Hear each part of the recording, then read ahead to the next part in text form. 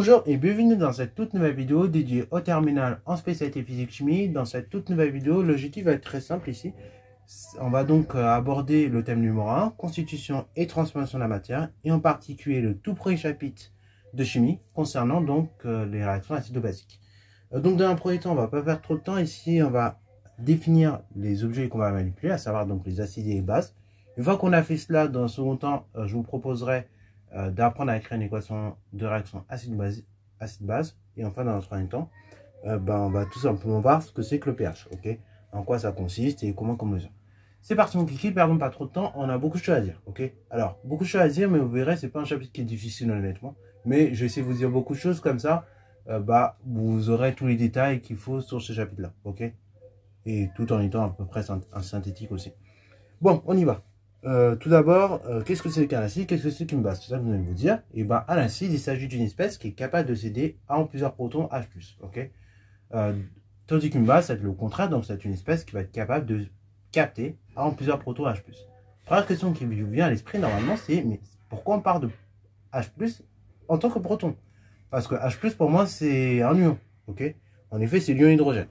Alors, pour cela, il faut revenir à la composition d'un atome d'hydrogène classique. Un atome d'hydrogène classique donc est composé de la manière suivante, c'est-à-dire donc un nucléon et un proton, ok, puisque le numéro atomique, je vous rappelle ça. Donc, comme on est sur un atome, il y a autant de protons que d'électrons, ce qui signifie qu'il y a également un électron. Deuxième chose, on a un nucléon, je viens de dire. Un nucléon, quand on compte le nombre de nucléons, en réalité, dans les nucléons, on introduit le fait qu'il y ait des protons et des neutrons, ok. Donc, on englobe les protons et les neutrons. Ce qui signifie donc que vous en déduisez très rapidement que le nombre de neutrons est nul. Première chose. Deuxième chose, quand votre atome d'hydrogène H+, pour devenir un peu plus stable, il va se dire, on va lui retirer sa charge positive, sa charge négative, pardon, qui est portée par l'électron. Comme ça, il n'y a plus d'électrons sur sa couche, sur sa couche externe. Qu'est-ce qui va se passer concrètement? On lui retire donc cet électron-là. Donc, désormais, il devient chargé positivement. Et en fait, il n'a plus d'électrons du tout. Il lui reste quoi? Il lui reste seulement son proton. C'est pour ça, parfois, on parle de proton H+, et non pas d'ion hydrogène H+, ok? Donc, ça dépend des livres. Hein. Parfois, vous trouverez le terme de proton H+, d'ion hydrogène H+, c'est tout à fait les mêmes choses, ok? C'est parce que quand on retire l'électron à un ion d'hydrogène, à un atome d'hydrogène plutôt, on lui retire son électron, et il lui reste juste son proton, ok? Pour un atome d'hydrogène classique, hein. Parce qu'après, il faut savoir qu'il y a des isotopes pour l'hydrogène. Et donc, certains isotopes font qu'il y a un proton plus un neutron, un proton plus deux neutrons. Donc là, un proton plus un neutron, c'est ce qu'on appelle du détertium. Et après, le tritium, c'est un proton plus deux neutrons. Ok. Bon, une fois qu'on a tout ça en tête, et qu'on sait ce que c'est qu'un acide, qu'on sait que c'est qu'une base, on va donc pouvoir définir les couples acido-basiques, okay, qui vont être essentiels pour apprendre à établir l'équation d'une réaction acide-base. Un couple acide-base, c'est tout simplement un couple qui va être composé d'une espèce acide et d'une espèce basique, okay, les deux partant du même élément chimique, mais juste pour les reconnaître, c'est très simple, on aura le même élément chimique globalement, mais juste pour passer de l'un à l'autre, il y aura une différence de 1 ou plusieurs protons H+. Un couple acido-basique, on va toujours l'écrire par convention sous cette forme-là. C'est-à-dire donc à gauche un acide et à droite une base. Et on les sépare par une petite flèche, ok, par une petite barre oblique. Une fois qu'on a compris ça, on peut de là écrire ce qu'on appelle la demi-équation du couple acide-base, ok. Donc cette demi-équation, souvent on va l'écrire dans le sens de la réaction, ok. Et donc ça va nous aider justement à établir ce qu'on appelle l'équation de réaction. Puisqu'en effet, pour qu'il y ait une réaction, il faut que vous ayez deux couples, ok, deux couples différents. Comme pour une réaction d'oxydoréduction, il faut deux couples différents. Et pareil, comme pour les réactions d'oxydoréduction, pour qu'il y ait réaction, vous vous souvenez, il faut que l'oxydant du premier couple réagisse avec le réducteur du second couple. Et là, c'est la même chose pour les acides et les bases. C'est-à-dire que pour les acides et les bases, il va falloir que l'acide du premier couple réagisse avec l'oxydant du second couple pour permettre une réaction acido-basique. Donc là, plutôt que vous parler d'un vent, je vais vous prendre un exemple directement pour que vous puissiez visualiser comment établir l'équation d'une réaction acide-base. Donc là, on va prendre deux couples, NH4+, NH3, et donc H2O, H2-. Et donc, on va faire réagir ici l'espèce H4+, NH4+, pardon, avec l'espèce H-. Ok. Alors bon, du coup, bah là, il y a quelques secondes, je vais donner les couples auxquels c'est des espèces appartiennent. Donc très rapidement déjà, au vu de la disposition, sans même faire d'effort, vous voyez que NH4+, c'est un acide et H- c'est une base. Et que ces deux espèces ne sont pas dans le même couple. Ok. Donc on a bien une base qui réagit avec l'acide dans notre couple. Ok. Donc déjà, il peut y avoir réaction. Première chose. Deuxième chose, et bah, une fois qu'on a identifié ça, l'étape suivante, pour chaque couple, l'idée c'est d'écrire l'équation, enfin la demi-équation, dans le sens de réaction. Moi, je vous conseille toujours d'écrire dans le sens de réaction, comme ça, vous n'avez pas de problème. Ok, il y a des profs, ils ne voudront pas, mais personnellement, je trouve que c'est beaucoup plus simple de l'écrire dans le sens de réaction. Au moins, c'est visuel. Vous n'avez pas à réfléchir. Donc, pour le premier couple, ça va donner quoi? Bah, ça va donner donc NH4+, qui sera égal à NH3 plus H+. Ok. Alors, pareil, petite précision aussi, quand vous écrivez une demi-équation pour un couple acide-base, ça va toujours s'écrire de la forme suivante. C'est-à-dire, vous aurez l'acide, toujours tout seul, et après, égal la base plus un certain nombre d'ions H+. Ok. Voilà, et c'est un certain nombre d'ions H+, ça dépend de l'équation, bien évidemment, que vous avez devant vous. Ok. Enfin, du coup, que vous avez devant vous. Après, une fois que j'ai écrit cette demi-équation électronique, je vérifie rapidement que tout est équilibré en termes de charge et en termes également de nombre d'éléments chimiques. Ok. Donc, avant la réaction, j'ai bien un élément N, donc un élément azote et un élément azote. Ok. Avant et après la réaction, c'est bon. Après la réaction, j'ai bien 4 éléments H, donc 4 éléments hydrogène et 4 éléments hydrogène. Donc ça, j'ai bien 4 hydrogènes avant et après. Et en termes de charge, je vérifie également que c'est équilibré. Donc là, faites gaffe. En termes de charge, faites super attention. En indice, donc en bas, ça vous indique le nombre d'éléments que vous avez. Et en exposant, donc ça vous indique la charge. Ok. Quand vous avez juste H tout seul, ben, ça vous indique une charge positive. Ok. Quand vous avez 2 H par exemple, enfin 2 plus, donc CE2 par exemple, ça veut dire que cette espèce est chargée 2 fois positivement. Ok. Bravo, il y a 2 charges positives dans l'espèce. En gros, pour faire simple. Bon, bah là, du coup, pour voir et pour pas vous tromper, vous dites que avant la réaction, donc j'ai un plus, ok? Donc c'est chargé, il y a une charge plus avant la réaction. Et après la réaction, j'ai également une charge plus. Donc là, je sais que ma demi-équation était équilibrée. Donc c'est bon. On va procéder de la même manière pour le second couple, ok? Pour le second couple, donc H2O, H-, là, je vais écrire la demi-équation dans le sens de la réaction. Et là, dans le sens de la réaction, a une super grande importance, ok? Ça veut dire que je vais commencer par la base, ok? Quand vous écrivez une demi-équation électronique, vous n'êtes pas obligé de commencer par l'acide toujours, ok? Si le sens de la réaction fait que on fait réagir la base avant, et bah, ça veut dire que vous commencez par la base, ok? Ce qui est le cas ici. Donc là, H-, il va réagir avec un ion H+, pour donner H2O, ok? Et ça, vous l'écrivez sans réfléchir. Après, vous vérifiez que tout est bien équilibré. Donc j'ai bien 2 ions hydrogène avant et après réaction. J'ai bien également un atome donc d'oxygène avant et après réaction. Et en termes de charge, j'ai bien une charge. Donc là, je vois bien que ça fait 0 parce que j'ai une charge négative, une charge positive avant la réaction. Donc ça fait 0 en termes de charge. C'est chargé de manière neutre. Et après réaction, j'ai pas de charge non plus. C'est neutre. Ok. Une fois que j'ai ça, je suis content. J'ai mes 2 demi-équations pour chaque couple. Maintenant, l'idée, c'est comme pour les équations d'oxydoréduction, il va falloir donc additionner membre à membre chacune des demi-équations. Mais faites gaffe. Avant de le faire, il faut vérifier que le nombre d'ions hydrogène est identique dans les 2 demi-équations. Si ce n'est pas le cas, vous allez devoir multiplier le nombre d'ions hydrogène de la seconde demi-équation par le nombre d'ions hydrogène de la première et réciproquement. Donc, multiplier le nombre d'ions hydrogène de la première par le nombre d'ions hydrogène de la seconde. Ok. Donc là, je vois que le nombre d'ions hydrogène de la première et de la demi-équation sont identiques. Donc là, c'est nickel, j'additionne membre à membre maintenant. Donc, avant la réaction, les réactifs donc, sont les suivants. J'aurai donc NH4+, qui va réagir avec H-. Jusque-là, pas de surprise. Et ce pour me donner donc NH3 plus H2O. Ok. Là, encore une fois, sans surprise.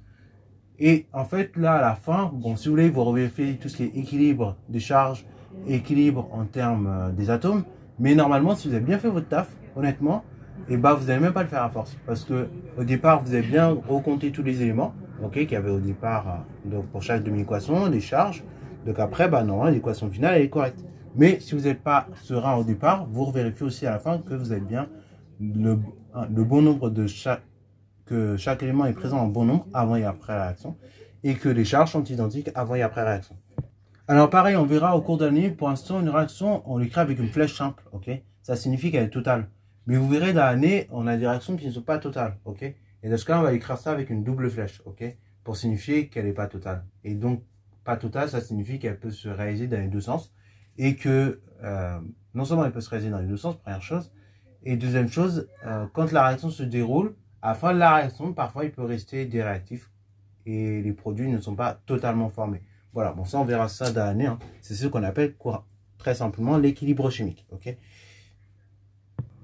Concernant donc les couples acido-basiques, bah ça présuppose qu'il y en a certains, il va falloir les connaître, ok. Alors je vais vous en donner deux très simplement parce qu'après les autres ils vous sont toujours donnés, c'est les couples de l'eau, ok. Les couples de l'eau, donc il y en a deux. Alors en effet il y en a deux, pourquoi? Parce que l'eau va jouer deux rôles, il va jouer aussi bien le rôle d'acide que le rôle de base, ok. Ce qu'on appelle d'ailleurs une espèce amphotère, comme vous avez pu voir par exemple pour la réaction oxydoréduction.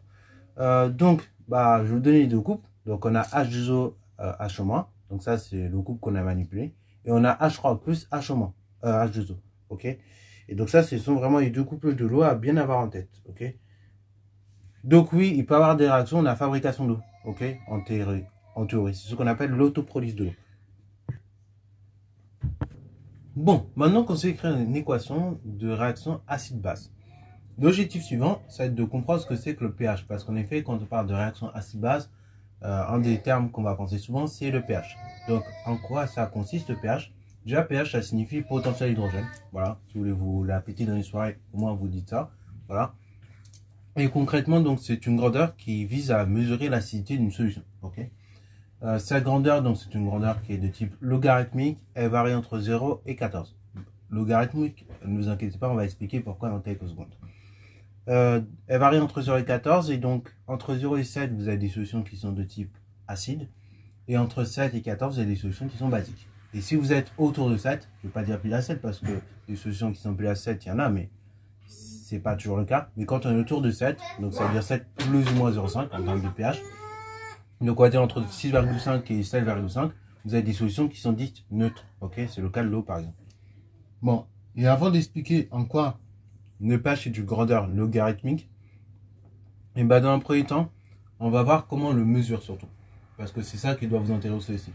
Alors bon, en général, le pH, donc on va le mesurer en salle, en laboratoire. Et donc il y a deux techniques pour le faire. Principale quand on le fait dans un labo. Première technique, ça va être tout simplement une technique qui n'est pas très précise, mais qui peut aider quand on débute sur ce genre de choses. Et vous l'avez vu normalement en classe de 5e, peut-être si vous avez fait le programme du collège de manière convenable. Mais si vous ne l'avez pas fait, bah, c'est pas grave. Je vous l'introduis maintenant. Donc c'est à mesure du pH avec un papier pH. Ok, donc un papier pH, ça se présente sous cette forme-là, c'est-à-dire que vous avez la bandelette qui sort. Et au-dessus du rouleau avec les bandelettes, en fait, vous avez un indicateur. Aucun indicateur de couleur. Parce qu'en effet, qu'est-ce qui va se passer? Quand on va vouloir mesurer le pH, on va donc mettre une goutte ou plusieurs gouttes de notre solution sur le papier pH. Ensuite, le papier pH, en fonction de l'acidité de la solution, va se colorer d'une certaine couleur. La couleur qui sera indiquée tout simplement sur le papier, suite à la coloration, et bah, pour observer après à quel pH ça correspond, il va falloir donc se référer donc à tous aux indicateurs qui sont indiqués sur au-dessus au niveau de la boîte. Okay. Et en fonction de la couleur que vous obtenez et de la couleur qui est indiquée sur l'indicateur, ça vous donne une idée du pH. Ok. Je me dis une idée parce que c'est pas précis. Ok. Parfois il y a certaines, pour avoir vu en vrai, il y a certaines teintes de couleurs on n'arrive pas à bien distinguer. Ok. Et donc on n'arrive pas à bien distinguer si on est entre 4 et 5 ou entre 5 et 6. Ok. Des choses comme ça. Comme pour l'équivalence d'ailleurs, quand vous avez fait en première, pour repérer l'équivalence, donc le changement de couleur, parfois c'est pas évident à voir parce que du coup, on ne sait pas si on voit trop tôt ou si on voit trop tard. Ok, donc c'est assez subjectif. Et c'est en ça que la méthode avec le papier pH est pas précise et c'est pour cela donc qu'on l'utilisera très peu. Il y a une autre méthode aussi pour mesurer le pH, c'est avec cette fois-ci non plus avec un papier pH, mais avec un pH mètre. Ok, donc un pH mètre, c'est un appareil qu'on étalonne qui ressemble à ça. Et donc cette fois-ci, on va, au lieu d'avoir une précision, on va dire de l'ordre de l'unité, parfois de 0,5 comme pour certains indicateurs pH que vous pourrez trouver dans les laboratoires, Là, donc, on va avoir une précision à 10-2 près. Ok. Donc, l'idée, c'est quoi? C'est vous prenez votre solution et donc vous allez plonger votre pH mètre au sein de la solution. Alors, après, une petite protection au niveau de là où c'est plongé, afin de pas, parce que c'est en métal, afin que derrière, il n'y a pas de réaction qui se déroule entre la solution et le métal présent au sein de notre pH mètre. Et donc, on plonge directement le pH mètre dans la solution et ça va permettre d'obtenir une estimation du pH, ok? Et cette fois-ci, non plus à l'unité près ou à 0,5 près, mais à 10-2, ce qui est beaucoup plus précis. Alors, maintenant qu'on a vu un peu les deux techniques principales pour mesurer un pH, il faut savoir que, comme je l'ai dit, le pH est une grandeur logarithmique. Et je vais vous expliquer maintenant en quoi c'est une grandeur logarithmique. Tout d'abord, comme vous pourrez le constater sur la formule qui va se projeter dans quelques secondes, le pH est égal à moins log de H3+ sur C0. Le log qui est là, c'est ce qu'on appelle donc la fonction logarithme décimale, autrement dit la fonction logarithme en base 10. Okay. Alors, pourquoi on précise ça? Parce qu'on peut faire des fonctions logarithmes en n'importe quelle base, telles que vous utiliserez en mathématiques d'ailleurs, en spécialité, en classe de terminale ou en maths complémentaire. Ce ne sera pas la fonction logarithme décimale, et donc faites gaffe, vous ne ferez pas les mêmes choses exactement en termes de logarithme. En physique chimie, nous on va utiliser non pas la réciproque de la fonction exponentielle, mais la réciproque d'une autre fonction, qui est la fonction 10 puissance x. Ok. Parce qu'en fait, dites-vous que les concentrations d'un pH, donc ça mesure l'acidité d'une solution. Et donc, à l'aide d'un pH, on peut en déduire une valeur, une idée de où est de la valeur de la concentration en ion H3O+. Ok. Sauf que les valeurs de concentration en ion oxonium, elles sont très variables. Très variables, elles peuvent varier dans les solutions qu'on utilise en laboratoire entre 10 puissance moins 14 mol et 10 puissance 0 mol, ce qui est très large. Il y a beaucoup de mesures qui peuvent s'y caser entre les deux. Donc là, l'idée, ça va être très simple avec la fonction logarithme décimale. Pourquoi on l'introduit? Ça permet comme ça de réduire tout un étalon de mesure qui s'étalerait de 1 jusqu'à 10 puissance moins 14 à un étalon de mesure donc entre 0 et 14, ce qui est beaucoup plus simple. C'est beaucoup plus simple de se dire « Oh, j'ai un pH de 7 » que de se dire « J'ai une solution à concentration 10-7 ».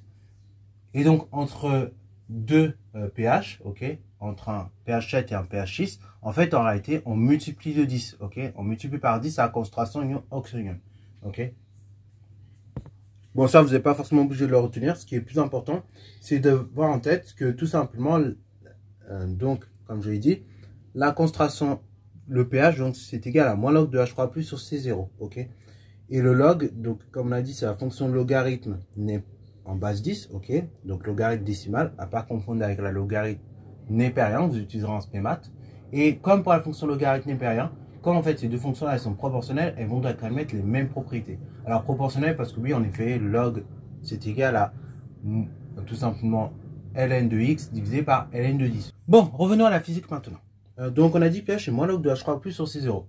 Mais vous allez vous dire, mais du coup, comment je fais pour obtenir la concentration ion H3+? Parce que bon, là tu nous as donné un exemple très facile, avec un pH de 6, tu dis c'est 10 puissance moins 6. Avec un pH de 7, c'est 10 puissance moins 7, la concentration ion H3+. Alors oui, d'ailleurs, petite remarque, ce qu'il faut remarquer, c'est que la fonction log, peut-être vous l'avez vu si je vous trace la représentation graphique, c'est une fonction qui est croissante. Et pourtant, plus j'augmente le pH, et plus les concentrations oxonium diminuent. Et c'est logique, c'est la présence du moins qui fait ça. Parce qu'en effet, comme vous avez un moins devant le log, ça va, plus vous allez augmenter en termes de concentration oxonium, et plus le pH va être de plus en plus petit, ok. Et donc plus la solution va être acide. Donc aussi, retenez bien, ça pourra vous servir dans un prochain chapitre sur les forces des acides et des bases, mais plus une solution est concentrée en ion oxonium, et plus elle est acide, ok. Et réciproquement, on verra, mais en fait, il y a une dynamique inverse qui se fait avec les ions HO-. Plus la solution sera concentrée en ion HO-, et plus elle sera basique, ok. Bon, on verra, on expliquera au cours de cette leçon pourquoi, enfin dans la prochaine leçon où j'en parlerai, donc force des acides et des bases, on expliquera pourquoi ces deux dynamiques coexistent. Et c'est lié à ce qu'on appelle l'autoprolyse de l'eau, ok. Je ne vais pas rentrer trop dans les détails encore là-dedans, mais voilà, c'est l'autoprolyse de l'eau qui explique ça un petit peu, en partie. Donc, maintenant vous allez vous dire, mais quand je peux obtenir la concentration en ions H3+, en fait, c'est une technique, Soit vous apprenez la formule, vous dites que dans ce cas, concentration oignon H3+, c'est trop facile, c'est C0 10 puissance moins pH. Soit vous apprenez ça, ou soit vous êtes un gros flemmard qui n'avait pas envie d'apprendre, ce qui était mon cas en terminale. Alors, je vous dis, j'avais pas envie de l'apprendre, et même maintenant, c'est toujours mon cas, j'ai pas forcément envie de l'apprendre cette formule. Donc, il y a une technique pour la retrouver. Pour la retrouver, donc, on va servir des propriétés de la fonction log, que je vous affiche juste ici, qui sont identiques à la fonction logarithme népérien que vous utiliserez plus tard. En particulier, on va servir le fait que ces deux fonctions sont réciproques. 10 puissance log de n'importe quoi, c'est égal à ce n'importe quoi. Et log de 10 puissance n'importe quoi, c'est égal à n'importe quoi. Bon, ce qui va me faire ici, donc si je veux reprendre ma formule, donc on a dit que pH c'est moins log de H3+ sur C0, et bien dans le premier temps, le moins, vous le translatez, vous mettez à gauche. Ok, donc on multiplie tout par moins 1, ça va faire donc moins pH égale log de H3+ sur C0. Alors, d'ailleurs, oui, vous allez dire, mais il sort d'où ce C0? Parce que autant H3+, on comprend, c'est donc la concentration en ion oxygène qu'on exprime en mol par litre. Et C0, bah, c'est ce qu'on appelle la concentration standard, ok? Alors, en réalité, c'est juste pour faire joujou, entre guillemets, qu'on vous l'a mis. Pour le coup, c'est presque accessoire, mais d'un point de vue physique, il y a quand même, c'est quand même important de l'avoir mis. Parce qu'en fait, le pH, je vous l'ai dit, il n'y a pas d'unité, ok? Donc, comme il n'y a pas d'unité, il fallait bien que on compense le mol par litre qu'on a pour la concentration par un mol par litre. Et donc, il fallait un fameux C0, ok? C'est pour ça qu'il est là, c'est pour qu'on ait aussi une grandeur, pour que la formule soit homogène. Sinon, on n'a pas une formule homogène. Et ça, c'est un peu gênant quand même. En fait, vous aurez quelque chose qui n'a pas d'unité, qui est égal à quelque chose qui a une unité, qui serait des mols par litre, ce qui est un peu embêtant. Donc, c'est pour ça, je vous en prie, en terminale, même si ça vous casse les pieds, vous écrivez le C0, ok, dans la formule du pH. Parce qu'un correcteur de bac, il peut s'énerver pour ça. Perso, moi, j'en vois pas trop la différence, mais pour certains profs, c'est un peu irritant. Donc faites gaffe, écrivez-le comme ça vous le rendra. Il sera content pour vous. Bon, il a envie de vous mettre une bonne note parce qu'au bac, on est là pour choper des bonnes notes. Donc il faut tout faire pour rendre les profs contents quand ils lisent nos copies. Fermeture de la parenthèse. Donc on avait dit, donc là l'idée, dans le premier temps, quand vous partez de vos formules, c'est que vous avez pH qui est égal à moins log de H3+ sur C0. Et donc on a dit, on multiplie tout par moins 1. Donc j'ai moins pH égale 10 puissance qui est égal log de H3+ sur C0. J'applique la fonction 10 puissance x afin de faire sauter le pH, afin de faire sauter donc le log qui est à droite et d'obtenir la concentration ion oxygène. Donc j'ai 10 puissance moins pH qui est égal à 10 puissance log de H3+ sur C0. Et ça, donc j'ai dit 10 puissance log de n'importe quoi, ça fait n'importe quoi. Donc du coup, 10 puissance log de H3+ sur C0, ça fera toujours H3+ sur C0. Ok.